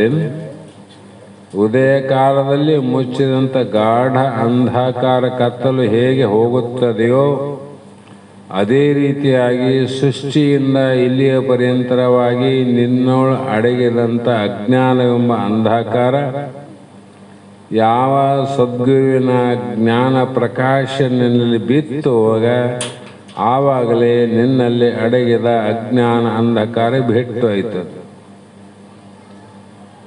ಬಿಟ್ಟು ಹೋದ್ಮೇಲೆ ಏನು ಕತ್ತಲಲ್ಲಿ ನೀನು ಕಂಡಿಲ್ಲ, ಬೆಳಕಾದ ಮೇಲೆ ಖಂಡಿತ ಅಷ್ಟೇ. ನೀನು ಯಾರನ್ನ ಮುಕ್ತರನ್ನು ಮಾಡಿದ್ರಿ? ಕತ್ತಲ ಏನು ಸಾಮಾನ ಅದ, ಅಲ್ಲಿ ಆದ್ ನೋಡು ಅಂತ ನೋಡ್ತಾರ, ಸಿಗೋದಿಲ್ಲ. ವಸ್ತು ಇಲ್ಲೇನಲ್ಲಿ. ಯಾಕೆ ನಿನ್ನ ಕೈ ಸಿಗಲಿಲ್ಲ? ಕತ್ತಲು ಆಚ್ಛಾದನ ಮಾಡ್ಯಾರ. ಯಾವಾಗ ಆ ಕತ್ತಲನ್ನು ಕಳೆಯುವಂಥ ಬೆಳಕು ಬಂತಿಲ್ಲ, ಇಲ್ಲೇ ಆದಂತೀವಿ ನಾವು. ಯಾರನ್ನ ಕೊಟ್ರೇನೀಗ? ಇಲ್ಲ. ಅದು ಕಾಣಲಾರ್ದಂಗೆ ಆಚ್ಛಾದನ ಮಾಡಿದ ಕತ್ತಲೇನಿತ್ತಲ್ಲ ಅದನ್ನು ನಿವೃತ್ತಿಗಾಗಿ ಬೆಳಕಬೇಕಾಯ್ತು. ಆದರೆ ವಸ್ತು ಅಂತೂ ಅಲ್ಲೇ ಆದ, ಕತ್ತಲಗನೂ ಅಲ್ಲೇ ಆದ, ಬೆಳಕಿನಗನೂ ಅಲ್ಲೇ ಆದ. ಅಂತ ನಮ್ಮ ಸ್ವರೂಪ ಏನದ? ಮೊದಲೇ ನೀನು ಪರಬ್ರಹ್ಮ ಅದದು. ಈಗಿಲ್ಲ, ಮೊದಲೇ ಪರಬ್ರಹ್ಮ ಅದ, ಮೊದಲೇ ಪರಮಾತ್ಮ ಸ್ವರೂಪ ಅದ, ಮೊದಲೇ ಜನನಮನ ರಹಿತವಾಗಿರ್ತಕ್ಕಂಥದ್ದಾದ ಪರಮಾನಂದ ಪರಬ್ರಹ್ಮದ ವಸ್ತು. ಆದರೂ ಆದ ನೋಡು ಅಂತ ಗುರು ಹೇಳ್ದ. ಎಲ್ಲಿ ಅದಪ್ಪ? ಕಾಣವಲ್ತು ಅಂತ ಶಿಷ್ಯನ ಕಟ್ಟ. ಗುರು ಅಲ್ಲಾದ ನೋಡು ಎಲ್ಲಿ ಅದ ಪರಮಾತ್ಮ? ಎಲ್ಲಿ ಅವನು? ನಿನ್ನೆಲ್ಲೇ ಆನಂತ ಹೇಳ್ತಾರಲ್ಲ ಅವರು. ಎಲ್ಲೆಲ್ಲಿ ನನ್ನಲ್ಲಿದ್ರೆ ಯಾಕೆ ಕಾಣವಲ್ತು ಅಂದಾಗ ಗೊತ್ತಾಯ್ತು ಆ ವಸ್ತು ಕಾಣಂಗಿಲ್ಲ ಅಂದ್ರೆ ಅಲ್ಲೇನೋ ಕತ್ಲಿದ್ದಂಗೆ ಅದ, ಅದಕ್ಕೆ ಅವನ ಕೈ ಸಿಕ್ಕಿಲ್ಲ. ಸ್ವಲ್ಪ ಬೆಳಕು ಹಚ್ಚಿ ನೋಡು, ಬ್ಯಾಟ್ರಿ ಹಾಕಿ ನೋಡು ಅಂತನಿಲ್ಲ. ಆವಾಗ ಹೌದಪ್ಪ ಇಲ್ಲೇ ಅದು ಸಿಕ್ತು ನೋಡಂದ ಅವನು ಕೊಟ್ಟು ನಾನೇ ಅದು ನಂಗೆ ಗೊತ್ತಾಯಿತು. ಮಹಾತ್ಮರಿಗೆ ಜ್ಞಾನ ಗೊತ್ತಾಯಿತು, ನಾವೆಲ್ಲರೂ ಪರಬ್ರಹ್ಮ ಸ್ವರೂಪ, ಪರಮಾತ್ಮ ಸ್ವರೂಪ, ಪರಮಾನಂದ ಸ್ವರೂಪನೇ ಇದ್ರೂ ಕೂಡ ದುಃಖ ಯಾಕಾಗ್ಯದ ನಮಗೆ? ಆನಂದ ಸ್ವರೂಪನೇ ಇದ್ದಿ ಅಂತ ಹೇಳಿದ್ರು ಕೂಡ ಆನಂದ ಎಲ್ಲಿ ಆದಂತ ನಾವು ಹೊರಟಿವಲ್ಲ. ನಿನ್ನಲ್ಲಿ ಆನಂದ ಇಲ್ಲಪ್ಪ, ನನ್ನಲ್ಲಿದ್ದ ನಿನ್ನಲ್ಲಿ ಯಾಕೆ ಕೇಳಕ್ಕೆ ಬರ್ತಿದ್ದೆ? ನಾನೇನು ನೋಡಿದ್ರೆ ನಿಮ್ಮನ್ನ ಯಾಕೆ ಕೇಳ್ತಿದ್ದೆ ಅಂದರೆ, ನೀನು ಕತ್ಲದಾಗ ನೋಡಿತ್ತಮ್ಮ, ಬೆಳಕಿನ ನೋಡಂತೇಳಿ ಜ್ಞಾನ ಕೊಟ್ಟರು ಗುರುಗಳಷ್ಟೆ. ಗುರುಗಳೇನು ಕೊಟ್ಟರು? ಜ್ಞಾನ ಕೊಟ್ಟರು. ಆವಾಗ ಅಂದ, ಹೌದಪ್ಪ ಯಪ್ಪ ನನ್ನಲ್ಲೇ ಆದ. ಆಯ್ತು ನೋಡಪ್ಪ, ನೀನು ಕಳ್ಕೊಂಡಿದ್ದಿ, ಅದು ನಿನಗೆ ಸಿಕ್ಕದಲ್ಲ, ಇನ್ಮೇಲೆ ಸಿಕ್ಕ ಮೇಲೆ ಪುನಃ ಕಳ್ಕೊಳಕ್ಕೆ ಹೋಗ್ಬೇಡ. ಸಿಕ್ಕ ಮೇಲೆ ಕಳ್ಕೊಬೇಡ. ಬೇರೆ ವಸ್ತುಗಳು ಕಳ್ಕೊಂಡ್ರೆ ಹಿಂದೆಲ್ಲ ನಾಳೆ ಪಡಿಬೋದು, ಈ ಜನ್ಮದೆಲ್ಲ ಮುಂದಿನ ಜನ್ಮೆಲ್ಲ ಪಡಿಬೋದು. ಆದರೆ ಈ ಏನು ಚಿನ್ಮಯ ಆನಂದ ಅನ್ನುವಂಥ ಚಿದ್ಘನ ಅದಲ್ಲ, ಅದನ್ನು ಒಂದು ಸಲ ಪಡ್ಕೋಬೇಕಾದ್ರೆ ಎಷ್ಟೋ ಜನ್ಮ. ಅದಕ್ಕೆ ಎಂದಿಗೂ ನೀನು ಇದನ್ನು ಕಳ್ಕೋಬೇಡ ಅಂತ ಮಾತನ್ನು ಮಹಾತ್ಮರು ಹೇಳ್ತಾ, ಆ ಸಂಧೆ ಇವೇನು ಆಗಲೇ ಕತ್ಲು ಹೋಗೋದಿಲ್ಲ. ಸೂರ್ಯ ಉದ ಆಮೇಲೆ ಕತ್ಲಾದಂತ ಯಾರನ್ನ ಹೇಳ್ಯಾರೇನು? ಸಂಶಯ ಇಲ್ಲಲ್ಲ. ಅದ್ರಂಗ ಎಂದು ನಿನ್ನ ಸ್ವರೂಪ ಜ್ಞಾನ ಆಯಿತು ಅವತ್ತು ನೀವು ಸಂದೇಹ ಇರಬಾರ್ದು ನೋಡು, ಸಂಶಯ ಉಳಿಬಾರ್ದು. ಹಾಗೆಯೇ ಎಂದು ಸಂಶಯ ಇರದಂಗೆ ಆಯ್ತಿಲ್ಲ, ಆ ಸಂಶಯರಹಿತವಾದ ನಂಬಿಕೆ ಏನದ ಅದಕ್ಕೆ ತತ್ವ. ಸಂಶಯದಿಂದ ಕೂಡಿದ ತತ್ವ ಅದು ನಿನ್ನಲ್ಲಿದ್ರೆ ಏನು ಲಾಭ ಇಲ್ಲ. ಸಂಶಯ ಅದಲ್ಲ, ಅದಕ್ಕೆ ನಿಸ್ಸಂಶಯ ಜ್ಞಾನ ಅಂದ್ರೆ. ಅದಕ್ಕೆ ಇದನ್ನೇ ಏನು ವಿಶ್ವಾಸವನ್ನು ಮಾಡು, ನಿಶ್ಚಯ ಮಾಡು ಅಂತ ಇಲ್ಲಿ ಮಹಾತ್ಮ ಹೇಳ್ತಾ ಬಂದರು. ಮುಂದೆ ಪರಮಾರುಣನಿಗೆ ಯಾಕೆ ಇಷ್ಟೆಲ್ಲ ಹೇಳ್ಬೇಕಾಗಂದ್ರೆ, ಅವನಿಗೆ ಮುಮುಕ್ಷಿ ಅಭ್ಯಾಸಿ ಅನುಭವಿಯಂತೆ ಮುಂದೆ ಜನ್ಮ ಇಲ್ಲ, ಅವ್ರಿಗೆ ಹುಟ್ಟಂಗಿಲ್ಲ. ಅವರು ಒಂದೇ ಜನ್ಮ ಅನುಭವಿಗೆ ಅಭ್ಯಾಸಿಗೆ ಸಂದರ್ಭವು 2 ಜನ್ಮಗಳು, ಮುಂದೆ ಮುಮುಕ್ಷಿಗೆ 3 ಚರಮನಿಗೆ ಎಂದು ಸಂಭವ ಇಲ್ಲ ಅರಿ ಮುಕ್ತಿ ಅಂತ ಭಾಳ ಸಲ ಕೇಳ್ತಾರಲ್ಲ. ಅನುಭವಿಗೆ ಒಂದೇ ಜನ್ಮ, ಅಭ್ಯಾಸಿಗೆ 2 ಜನ್ಮ ಮತ್ತು ಮುಮುಕ್ಷಿಗೆ 3 ಜನ್ಮ, ಆರೂಢನಿಗೆ ಕೊನೆ ಚರ್ಮ. ಹೀಗಾಗಿ ಅವರಿಗೆ ದೇಹಗಳು ಬರ್ತಾವ. ಯಾಕೆ ಬರ್ತಾವ ಅವರಿಗೆ? ಈ ಆರೂಢನಿಗೆ ಬಂದಂಗೆ ಜನ್ಮ ಬರಬಾರ್ದಾಗಿತ್ತು. ಅವರು ಶಾಸ್ತ್ರ ಕೇಳ್ಯಾರ, ಅವರು ಗುರುವಿಗೆ ಶರಣಾಗತರಾಗ್ಯಾರ, ಆತನು ಪುಣ್ಯ ಮಾಡೇ ಬಂದಾನ. ಇವರು ಅದೇ ಪ್ರಕಾರ ಈ ಮಾರ್ಗಕ್ಕೆ ಬರಬೇಕಾದ್ರೆ ಈತ ಹೆಂಗೆ ಬಂದನ ಹಂಗೆ ಬಂದನ. ಇದೇ ಶಾಸ್ತ್ರಾದಿಗಳನ್ನು ಕೇಳಿ ಗುರುವಿಗೆ ಶರಣಾಗತನಾಗಿ ತನ್ನ ತತ್ವದ ಸ್ವರೂಪವನ್ನು ವಿಶ್ವಾಸ ಇಟ್ಟು ಮುಕ್ತ ಆದ. ಇವ್ರು ಯಾಕೆ ಆಗ್ಬಾರ್ದು? ಇವ್ರು ಯಾಕೆ ಬರ್ತದೆ ಜನ್ಮ ಅಂದರೆ, ಇವರಲ್ಲಿ ಏನಾಗ್ಯದಂದ್ರೆ ಆತನಿಗೆ ಆರೂಢನಿಗಿದ್ದಂಥ ಅಪೇಕ್ಷೆ ಇವ್ರಿಗೆ ಆದ. ಮುಮುಕ್ಷುವಿನಾದ, ಅಭ್ಯಾಸಿಗನಾದ, ಅನುಭವಿಗನಾದ. ಆದ್ರೂ ಕೂಡ ಅವರಂಗೆ ಯಾಕೆ ಮುಕ್ತರಾಗಲಿಲ್ಲ ಅಂದರೆ, ಈ ಮುಮುಕ್ಷು ಏನು ಮಾಡಿದ? ಶ್ರವಣ ಮಾಡ್ತಕತ್ತಿದ್ದ. ಶ್ರವಣ ಮನನ ನಿಧಿಧ್ಯಾಸ 3 ಆವಿಲಿ. ಈ 3 ಯಾವಾಗ ನಿಸ್ಸಂಶಯ ಜ್ಞಾನ ಆಗ್ತದ ಆವಾಗ ಅದು ಮುಕ್ತನ ಸ್ಥಿತಿ ಬರ್ತದೆ. ಈ ಒಂದು ಶ್ರವಣ ಮಾಡಿದ ಇವನು ಮನನ ಮಾಡೋದ್ರೊಳಗಾಗಿ ಆಯುಷ್ಯ ಮುಗಿತು, ದೇಹ ಬಿಟ್ಟು ಆಯ್ತು. ಯಾರಿಗೆ? ಮುಮುಕ್ಷಿಗೆ. ಮುಕ್ತ ಆಗ್ಬೇಕಂತನೇ ಅದ, ಪ್ರಬಲ ಅದ, ಸಾಮಾನ್ಯ ಇಲ್ಲ. ಆದರೂ ಕೂಡ ಅಪೇಕ್ಷೆ ಬಹಳದ ಆಯುಷ್ಯ ಇಲ್ಲ, ದೇಹ ಬಿಟ್ಟು ಆಯ್ತು. ಆವಾಗ ಮುಂದೆ ಹುಟ್ಟಬೇಕಿಲ್ಲ, ಅವನು ಹುಟ್ಟುತ್ತಾನೆ. ಹುಟ್ಟುವುದರಿಂದ ಶಾಸ್ತ್ರ ಏನು ಹೇಳಿದ? ಶರೀರ ಬಿಡುವ ಕಾಲಕ್ಕೆ ಎಂತಾಗಿ ನೆನೆಯುವನು ಅಂತಾಗಿ ಪುಟ್ಟುವನ. ಅವನು ಮೋಕ್ಷದ ಅಪೇಕ್ಷೆ ಇಟ್ಕೊಂಡು ಶರೀರ ಬಿಟ್ಟನಲ್ಲ, ಮತ್ತೆ ಮುಂದಿನ ಜನ್ಮದಲ್ಲಿ ಬಿಟ್ಟಲಿಂದ ಪ್ರಾರಂಭ ಮಾಡ್ತಾನೆ. ಅವನು ಏನು ಪ್ರಾರಂಭ ಮಾಡ್ತಾನೆ ಅಂದರೆ ಮನನಕ್ಕೆ ಪ್ರಾರಂಭ ಮಾಡ್ತಾನೆ. ಅವನು 2 ಜನ್ಮ ಆಯ್ತಾ. ಆ ಮನನ ಮಾಡುವ ಕಾಲಕ್ಕೆ ಇನ್ನು ನಿಧಿಧ್ಯಾಸನ ಆಗಿಲ್ಲ. ಮನನ ಕಾಲದಲ್ಲಿ ಆಯುಷ್ಯ ಮುಗಿತು, ಅವನು ಸತ್ತು. ಆವಾಗ ಮತ್ತೇನು ಮಾಡ್ಬೇಕಾಯ್ತು? ನಿಧಿಧ್ಯಾಸನಕ್ಕೋಸ್ಕರ ಮತ್ತೊಂದು ಅದೇ ವಾಸನೆಯಿಂದ ಬಿಟ್ಟಲಿಂದ ಪ್ರಾರಂಭ ಮಾಡ್ತಾರೆ. ಬಿಟ್ಟಲಿಂದ ಅವರು ಈಗ ಶಾಲೆ ಓದ್ತಕ್ಕಂಥ ಮಕ್ಕಳು ಫೇಲ್ ಆದ್ವಂತ ತಿಳ್ಕೊಳ್ರಿ. ಯಾವ ವಿಷಯದಲ್ಲಿ ಫೇಲ್ ಆಗ್ತಾರೋ ಅದೇ ವಿಷಯ ಕಟ್ಟಿ ಪಾಸ್ ಆಗಿಬಿಡ್ತಾರೆ. ಎಲ್ಲ ಕಟ್ತಾರೆ. ಮತ್ತೆ ಅದೇ ಸಬ್ಜೆಕ್ಟೇ ಕಟ್ಟಿ ಪಾಸ್ ಆಗುತ್ತೆ. ಭಾಳ ಸರಳ ಇಲ್ಲ. ಪ್ರಾರಂಭದಲ್ಲಿ 6 ಸಬ್ಜೆಕ್ಟನ್ನು ಓದಬೇಕು, ಪರೀಕ್ಷೆ ಪಾಸ್ ಆಗಬೇಕು. ಆಮೇಲೆ 4ರಾಗ ಅವನು ಪಾಸ್ ಆದ, 2 ಉಳಿದು ಅಂದರೆ 2 ಕಟ್ಟಿದ್ರೆ ಆಯ್ತಲ್ಲ, ಮತ್ತು 6 ಯಾಕೆ ಕಟ್ಟಕೋತಾನ? ಅದರಂತೆ ಇಲ್ಲಿ ಅರ್ಥ ಮಾಡಬೇಕು. ಹೀಗೆ ಮುಮುಕ್ಷಿಗೆ ಮುಂದೆ 3 ಜನ್ಮಗಳು, ಅಭ್ಯಾಸಿ 2 ಜನ್ಮಗಳು, ಅನುಭವಿ 1 ಜನ್ಮ, ಹೀಗೆ ದೇಹಗಳು ಬರುತ್ತವೆ. ಆದರೆ ಆರೂಢನಿಗೆ ಇದೇ ಕಡೆ ಶರೀರ ಯಾಕೆ 3ರಾಗ ಪಾಸ್ ಆಗ್ಯಾನ? 3ರಾಗ ಪಾಸ್ ಆಗಿಬಿಟ್ಟಾರ. ಅದು ಹೆಂಗಂದ್ರೆ ಫಸ್ಟ್ ಕ್ಲಾಸ್ ರ್ಯಾಂಕು. ಇಲ್ಲಿ ಫಸ್ಟು ಸೆಕೆಂಡು ರ್ಯಾಂಕ್ ಅಂತ ಹೇಳ್ಬೋದು. ಅಲ್ಲಿ ಏನಿಲ್ಲ, ಎಲ್ಲವೂ ಒಂದೇ. ಅದು ರ್ಯಾಂಕ್, ಅದು ದೊಡ್ಡ ಪದವಿ. ಅದು ಅದಕ್ಕೆ ಸರ್ಟಿಫಿಕೇಟೇ ಇಲ್ಲ, ಯಾರು ಕೊಡಂಗೇನಿಲ್ಲ, ಕೊಡೋಕೆ ಬರೋಂಗಿಲ್ಲ.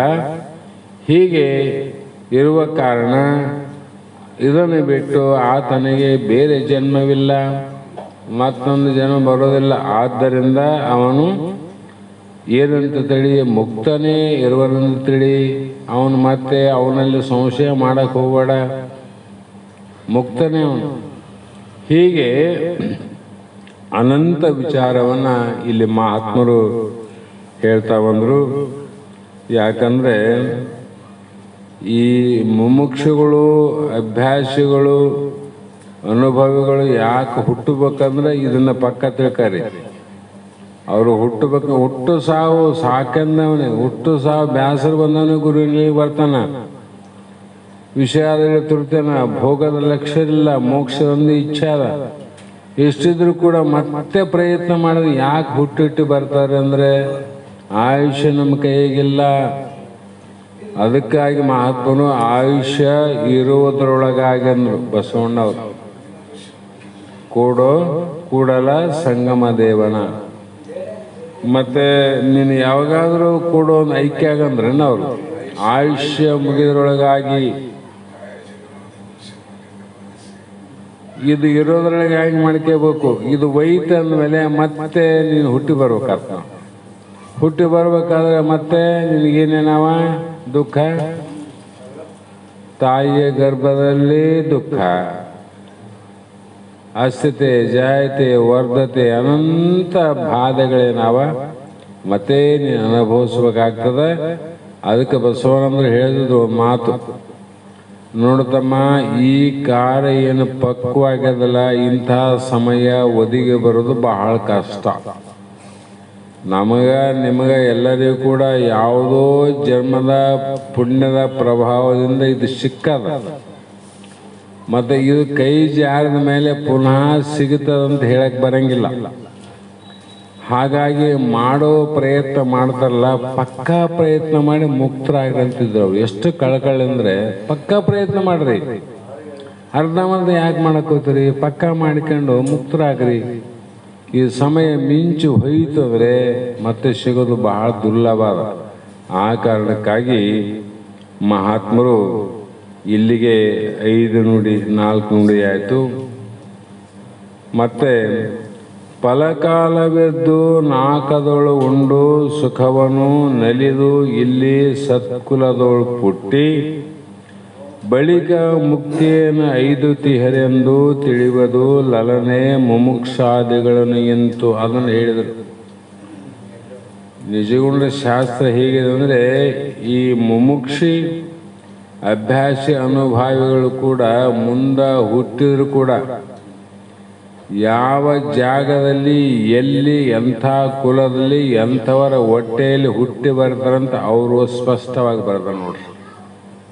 ಬೇರೆ ಶಾಸ್ತ್ರಗಳಲ್ಲಿ ನಾನು ನೋಡಿಲ್ಲ. ನಿರ್ಣಯ ಮಾಡ್ಯಾರ ಇವರು. ಅದು ಕೂಡಲಿಲ್ಲ ಇದು ಕೂಡಲಿಲ್ಲ ಅಂದ ಪಂಚಾಂಗ ಪುರಾಣ ಅದು ಇದು ಕೇಳಿ ಅವ್ರ ಮನೆಗೆ ಇವರು ಇವ್ರ ಮನೆಗೆ ಅವರು ಓದ್ತಾರ ಬರ್ತಾರಂತ ಇವ್ರು ಹೇಳ್ತಾರೆ. ಇವರಿಲ್ಲ, ನೀ ಜನ್ಮಲ್ಲಿ ಹುಟ್ಟಿದ್ದು ಹೇಳ್ತಾರೆ ಅವರು. ಉಳಿದವರೆಲ್ಲ ಹುಟ್ಟಿದ ಮೇಲೆ ಏನದ ಅದನ್ನು ಹೇಳ್ತಾರೆ. ಪಂಚಾಂಗ ಏನೇ ಹೇಳ್ತಾವ, ಹುಟ್ಟಿದ್ದು ಹೇಳ್ದ ಅದು, ಕಟ್ಟಿದ್ದು ಹೇಳ್ದು ಇದಂತ ತಾತ. ಕಟ್ಟಿಗೆ ಬಂದದ್ದು ಹೇಳ್ತಾರಲ್ಲ ಇವು. ಅದು ಹೆಣ್ಣು ಇರಲಿ ಗಂಡು ಇರಲಿ ಎತ್ತಿರಲಿ ಮನೆಯಲ್ಲಿ ಹೊಲೆಯಲ್ಲಿ ಮಕ್ಕಳಲ್ಲಿ ಮರಳಲ್ಲಿ ಇವೆಲ್ಲ ಕಟ್ಟಿಗೆ ಬಂದವಿಲ್ಲ. ಇವುಗಳ ಸುದ್ದಿನ ಹೇಳ್ತಕ್ಕಂಥವ್ರೆ ಬಹಳ ವರ್ಣನೆ ಮಾಡಿ ಹೇಳಾರ್ರಿ. ಅವ್ರು ಹಿಂಗೆ ಹೇಳ್ತಾರೆ ಅವ್ರು ಹಂಗೆ ಹೇಳ್ತಾರೆ, ಅದು ಸತ್ಯ ಇದು ಸತ್ಯ ಅಂತ. ಆದರೆ ನೀವು ಹುಟ್ಟಿದ್ದು ಹೇಳೋದು ಯಾವುದು? ಇದು ಶಾಸ್ತ್ರ ಹುಟ್ಟಿದ್ದು ಹೇಳ್ತದ, ಇವೆಲ್ಲ ಕಟ್ಟಿಗೆ ಬಂದು ಹೇಳ್ತಾವ. ಹಾಗಾಗಿ ಹೇ ಮೈತ್ರಾದೇವಿ, ಫಲಕಾಲವಿದ್ದು ನಾಕದಳು ಅಂದರು.